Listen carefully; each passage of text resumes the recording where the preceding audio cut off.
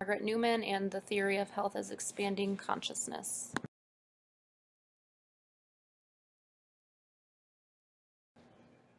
So who is Margaret Newman? Margaret Newman was born on October 10th of 1933 in Memphis, Tennessee, and passed away on December 18th of 2018. In 1954, she graduated with her baccalaureate degree in economics and English from Baylor University in Texas. Then in the mid-1950s, after serving as a primary caregiver to her mother who got sick with ALS, Margaret Newman felt a big passion for nursing. Excuse me. For the nursing field and decided to become a nurse. In 1962, Margaret received her BSN from the University of Tennessee, and then in 1964, she went on and received her master's degree in medical surgical nursing from the University of California in San Francisco. And then in 1971, Margaret received her PhD from New York University. So while working towards her graduate degree, Margaret served as a joint director of nursing of a clinical research center as well as an assistant professor of nursing at the University of Tennessee in Memphis. After graduating with her master's, Margaret Newman then taught at New York University until 1977. In the fall of 1977, she then accepted the position of professor in charge of graduate study at the Penn State University nursing program. In 1984, Newman began working as a nurse theorist at the University of Minnesota. Newman is a fellow in the American Academy of Nursing. She has been honored as an outstanding alumni by both the University of Tennessee and New York University. She received the Distinguished Scholar in Nursing Award from New York University, the Founders Award for Excellence in Nursing Research from Sigma Chi International, and the E. Louise Grant Award for Nursing Excellence from the University of Minnesota. In 1984, she assumed a position as a nurse theorist and professor at the University of Minnesota, where she furthered the development and testing of her theory, working closely with doctoral students. In 1980s, she served as a civilian consultant to the U.S. Surgeon General for nursing research.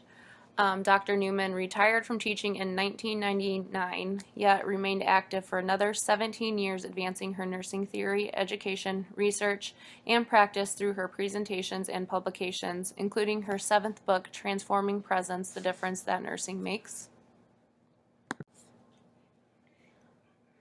So the initial idea for Newman's health as expanding consciousness theory came together as a result of an invitation to speak at a conference on nursing in 1978. It stems from Rogers' theory of unitary human beings. It was stimulated by concern for those whom the absence of disease or disability is not possible. Newman has synthesized the tenets of her theory. So rather than being the opposite of illness, health includes patterns of disease and is an evolving unitary pattern of the whole. Consciousness is the information capacity of the whole and is relieved in the evolving pattern, and is revealed in the evolving pattern. And pattern identifies the human environmental process and is categorized by meaning. The theory has progressed to include the health of all persons regardless of the presence of absence or disease. The theory asserts that every person in every situation, no matter how disordered and hopeless it may seem, is part of the universal process of expanding consciousness, a process of becoming more of oneself, of finding greater meaning in life, and teaching of reaching new dimensions of connectedness with other people and the world.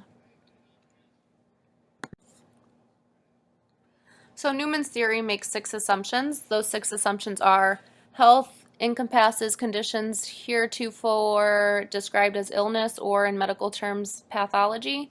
These pathological conditions can be considered a manifestation of the total pattern of the individual patient. The pattern of the individual patient that eventually manifests itself as pathology is primary and exists prior to structural or functional changes. Removal of the pathology in itself will not change the pattern of the individual patient. And if becoming ill is the only way an individual's patient pattern can manifest itself, then that is health for that individual patient. And the last one is health is an expansion of the consciousness. So Newman's theory is considered a grand nursing theory. She states that people cannot be divided into parts. Health is central to the theory and is seen as a process of developing awareness of the individual self and the person's environment. So this theory still is used in all healthcare settings. It's recognizing the patient in relation to the environment, and it is the process of understanding of consciousness. And the nurse plays a big role in helping the patient understand how to use the power they have within in order to develop a higher level of consciousness.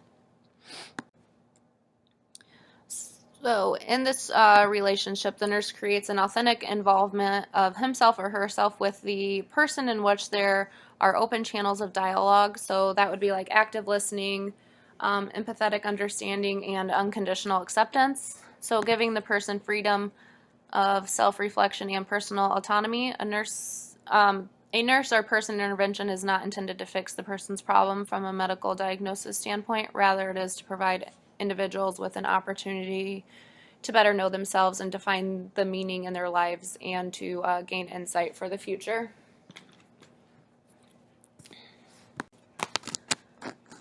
So this is a chart. It's just showing you the process of caring, the caring partnership based on Newman's theory of health as expanding consciousness.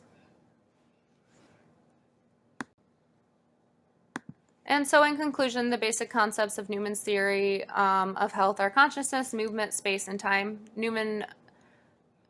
Newman postulated that these concepts are interrelated in the following way. Time and space have a complementary relationship. Movement is a means by which space is time, and it becomes a reality. Movement is a reflection of consciousness. Time is a function of movement, and time is a measure of consciousness. That is it. Thank you, guys.